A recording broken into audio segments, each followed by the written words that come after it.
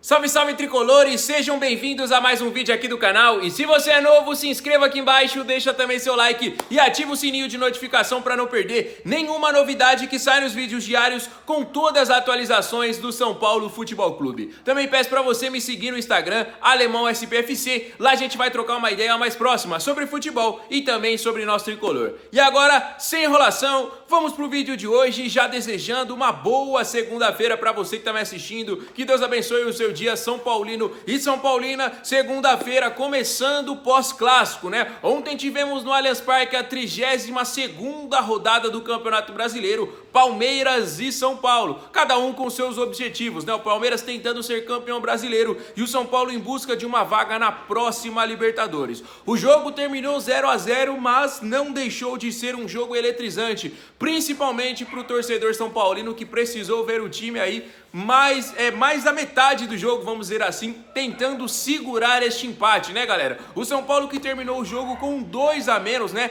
2 zagueiros expulsos e a situação ficou complicada. Muitos jogadores da base, mas muitos destaques individuais, além de, obviamente, do coletivo, né? Mas individualmente, alguns jogadores do São Paulo foram muito bem. Precisamente, a gente tem que falar dele, Felipe Alves, né? O goleirão do São Paulo parou, mano, realmente aí o ataque do Palmeiras, todas as investidas, acabou defendendo também um pênalti do Gustavo Scarpa, uma falta que ele bateu, um chute que ele estava até com a visão encoberta, que ele conseguiu espalmar, a bola passou ali raspando a trave, e o Felipe Alves, na minha opinião, foi o grande destaque da equipe do São Paulo e não à toa foi eleito o melhor jogador da partida. Mas não só ele, o zagueiro Luizão fez um baita de um jogo, parabéns pro Luizão, jogou bola demais, o meio campo do São Paulo teve que correr muito, né? Os jogadores que estavam no meio campo, Pablo Maia, Igor Gomes, ou Pablo Maia, Nestor, Patrick, depois que entrou o próprio Igor Gomes, então o Igor Gomes entrou bem na minha opinião, o Caleri se sacrificou muito lá no ataque, sofreu falta, brigou com o adversário e tudo mais. E a gente conseguiu sair com um empate. O empate aí na perspectiva que foi o jogo, né? A gente jogar contra um rival fora de casa, né? Um rival que é o campeão eventual brasileiro, é o Palmeiras, uma das equipes mais fortes do futebol brasileiro. O empate fora de casa é um resultado ok, mas na perspectiva da nossa briga pela Libertadores é um resultado ruim. Mas seguimos, né, galera? Enquanto houver possibilidades, nós teremos fé e vamos em busca, né? A rodada que em tese favoreceu um pouco ao São Paulo. Hoje, a equipe que é a 7ª colocada do Campeonato Brasileiro é o Atlético Mineiro, que perdeu para o Flamengo no último sábado, perdeu por 1-0 para o reserva do Flamengo. O América, que é o 8º, perdeu um confronto direto para o Fortaleza e o Botafogo perdeu para o Internacional. Ainda restam jogar aí Goiás, que teve a partida adiada contra o Corinthians, e Bragantino e Santos, que jogam hoje, né? Provavelmente o São Paulo vai perder mais uma posição na tabela hoje, mas a gente segue na nossa luta. Quinta-feira teremos São Paulo e Coritiba dentro do Morumbi, portanto São Paulo pode alcançar ainda mais, né, algumas posições na tabela e chegar de vez na briga pela Libertadores,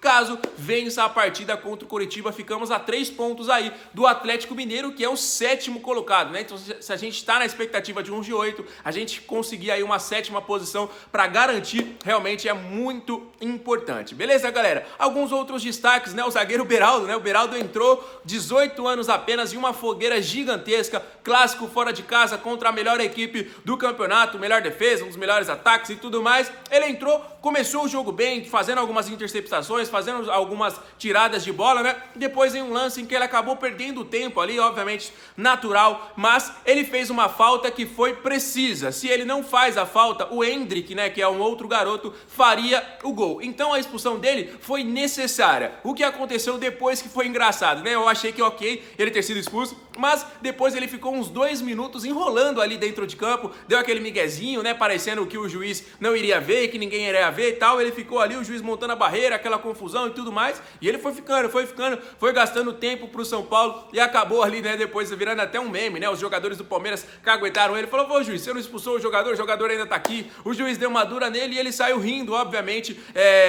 sabia de toda a situação, mas ganhou um tempinho pro São Paulo, né? Porque, como eu falei, o São Paulo passou mais da metade do jogo com um jogador a menos, né? O Ferrarese foi expulso ainda no primeiro tempo, né? Um lance, na minha opinião, infantil. Depois ele apareceu publicamente em sua rede social pedindo desculpa à torcida do São Paulo, um lance realmente que não necessitava, né? Ele buscou espaço e tudo mais. O Danilo também tentou uma agressão ali, os dois se agrediram, né? Mas não deixa de ser aí um lance infantil, né? Depois pediu desculpa, o São Paulo jogou o segundo tempo todo com um jogador a menos e depois ainda teve o Beraldo expulso, né? Então a gente ficou acho que mais de 10 minutos, 15, 20, não tô lembrado agora precisamente quantos minutos, com 2 jogadores a menos, né? A gente tentando segurar, a gente tentando fazer de tudo para não sofrer um gol da equipe do Palmeiras e deu certo. Graças a Deus aí conseguimos o empate e eu quero saber a opinião de vocês aí, o que vocês acharam desta partida no Allianz Parque. O Abel Ferreira também deu a sua declaração do outro lado, falando sobre a pedra no sapato que é o São Paulo, né? O Palmeiras venceu o Paulista em cima do São Paulo nesta temporada, mas o São Paulo e o Rogério Ceni dificultam muito a vida do treinador. Ele até brincou com uma certa freguesia aí, mas é um adversário, obviamente um clássico, né? Mas é um adversário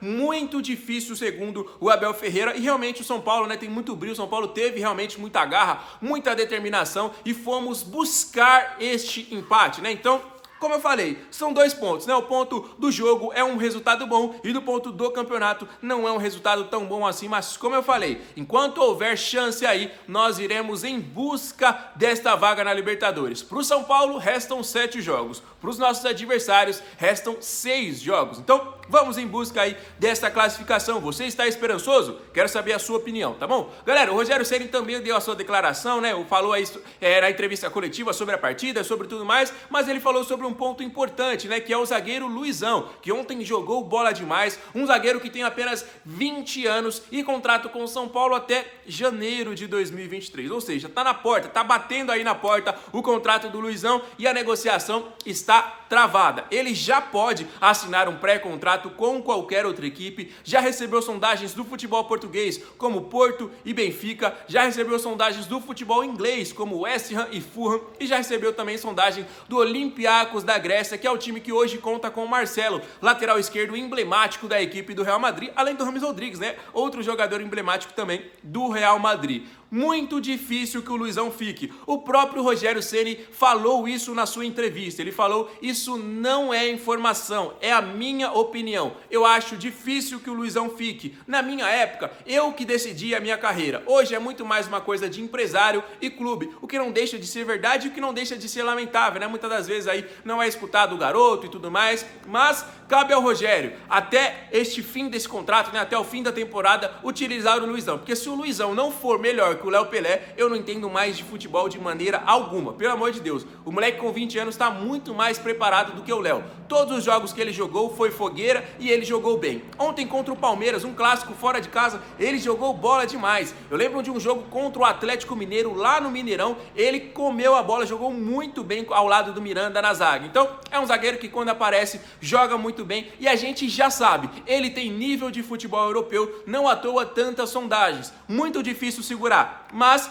por mau aproveitamento, o Léo nunca foi, nunca será melhor que o próprio Luizão. Então, isso aí deve ter algumas coisas contadas. E aí, obviamente, a segurança de que ele vai para o futebol europeu. A gente deseja sorte, mas a gente tem que aproveitar um talento também para que a gente não deixe aí mais um grande jogador sair pela porta dos fundos, né? Muitas das vezes acontece isso. O jogador sai do São Paulo e vira, assim, quem sabe, até uma estrela do futebol mundial. A gente vê muitos exemplos e a gente pode citar aqui vários, né? Mas a gente não quer que aconteça mais isso, né? Então, Luizão é um jogador que, na minha opinião, possa ser aí mais aproveitado, pelo menos até o fim deste contrato, já que, segundo o nosso próprio treinador, é difícil que o atleta fique, né? A proposta está na mesa, mas negociações seguem travadas. A gente tem uma expectativa, né, de algumas saídas, quem sabe aumentar um pouco mais o salário, dar um pouquinho mais de dinheiro, mas é muito difícil. Como eu falei, não é situação, não é negociação, é opinião, e é muito difícil realmente que o Luizão fique com a camisa do São Paulo para a próxima temporada. Beleza, galera? Então, como eu falei, este meio de semana não teremos Brasileirão, mas o São Paulo joga por conta dessa partida que tinha sido adiada, né, que era o São Paulo e Coritiba logo após a final da Sul-Americana. Então, quarta-feira teremos a final da Copa do Brasil, garantindo aí, confirmando realmente que se transforma em um G7 o Campeonato Brasileiro, e na quinta-feira nós teremos São Paulo e Coritiba que joga aí, né,